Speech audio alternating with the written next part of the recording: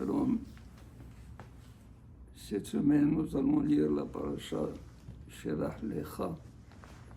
Shelach Lecha Anashim, c'est une paracha qui va marquer toute l'histoire de l'homme Israël. C'est l'envoi des explorateurs. Et les explorateurs ont failli à leur mission, sont revenus avec un rapport qui montrait que la conquête de Eretz Canaan était impossible, même pour Akadosh Baruch Hu Hashvé Shalom. Et ils ont ameuté toute l'assemblée des Bnei Israël, si bien que cette nuit, tout le monde s'est mis à pleurer. Akadosh Baruch Hu a dit: vous avez pleuré des pleurs hinam, gratuits, des larmes gratuites, pour rien vous avez pleuré, vous aurez l'occasion de pleurer tous les ans pour la raison que nous allons dire. Cette nuit était le 9 Av, et donc le 9 Av, tout le peuple d'Israël pleure la destruction du temple. Voilà en quoi consiste cette mission qui a failli, cette mission qui a amené le désastre sur l'âme Israël. On pourrait se poser la question, quand Akadosh Baruch Hu a dit à Moshe Rabbeinu, Shelach Lecha Anashim, on voit pour toi des hommes, Viatour, ils vont visiter Eretz Canaan, la terre Asher Ani Noten Lahem, que je leur donne. Pourquoi il a dit Shelach Lecha, on voit pour toi? Rashi alav shalom, il dit Lecha, pour toi. Si toi tu es d'accord, moi je ne suis pas d'accord. Mais si toi tu veux, je ne m'oppose pas. Vas-y, tu peux les envoyer. Pour quelle raison Akadosh Baruch Hu dit-il cela?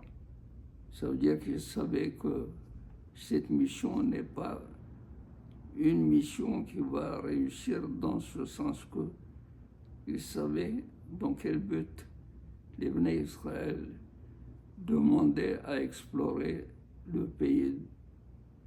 Jusqu'à présent, les promesses de Akadosh Baruch Hu ont été accomplies, ont été réalisées. Chaque fois qu'Akadosh Baruch Hu a promis quelque chose aux Bnei Israël, il leur a donné. Il a promis de donner, pas de conquérir Eretz Canaan. Asher Ani Noten l'Ibnei Israël. C'est le pays que je vais leur donner. Ils n'ont rien à conquérir. Et eux, ils demandent, Nishlecha Anashim, les Bnei Israël disent, nous voulons envoyer des hommes Viatour qu'ils voient, Yahperu Lanu et Arez, dans Parashat Devarim, qu'ils creusent, qu'ils aillent voir par quel endroit la conquête des Bnei Israël sera faite, la conquête de Eretz Canaan sera faite. Quel est le côté faible? Pourquoi faut-il cela? Puisque Akadosh Baruch Hu a promis à Asher Ani Noten l'Ibnei Israël. S'ils veulent aller visiter Viatour, s'ils veulent aller visiter, pas Beyahperu, Biragelu, pas d'explorer, pas de creuser, d'aller chercher les points faibles du pays, ça ne les regarde pas. Ça, c'est le côté de Akadosh Baruch Hu. Pourquoi ils ont cherché cela?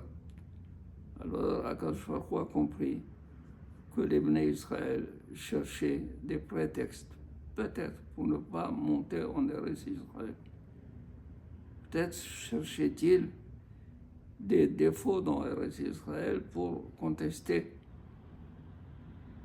le fait d'avoir reçu Eretz Canaan comme héritage.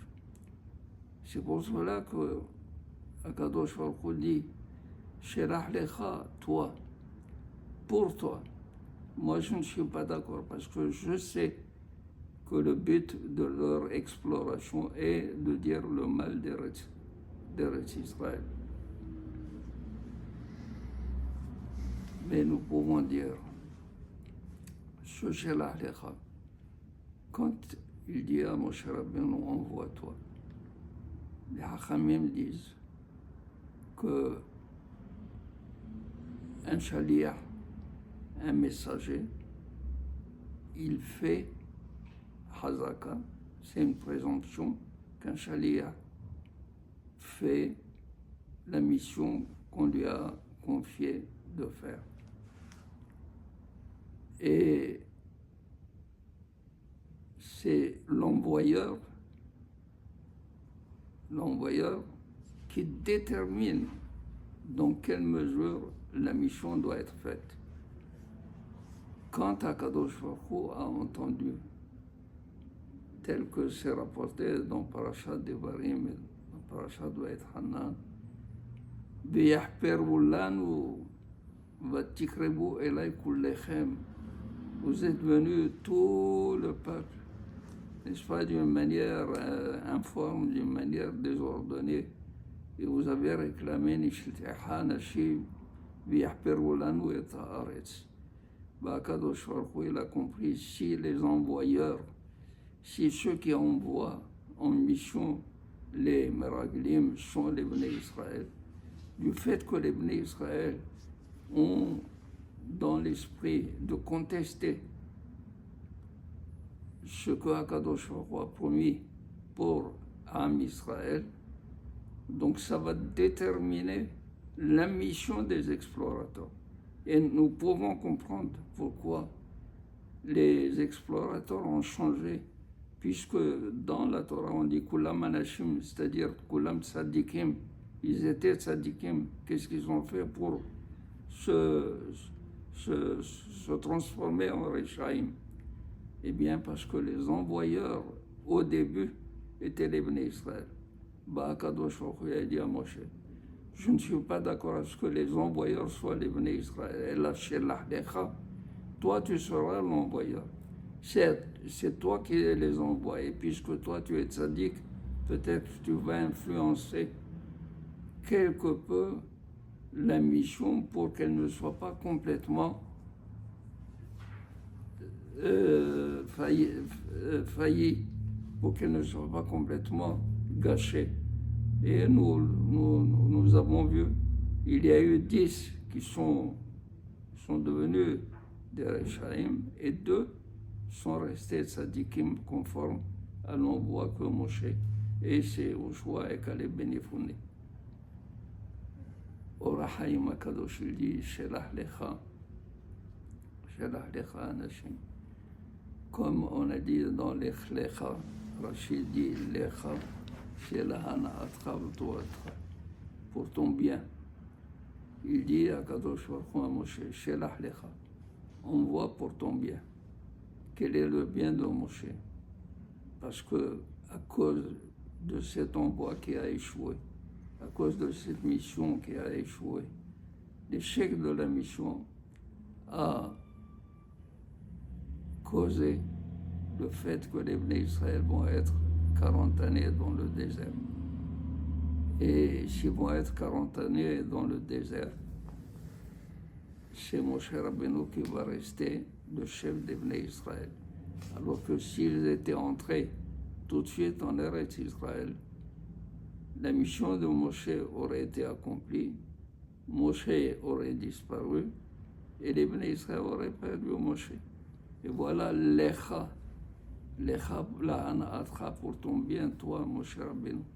Comme ça, grâce à l'échec de cet envoi, tu vas rester le chef des Bnei Israël pendant 40 années dans le désert.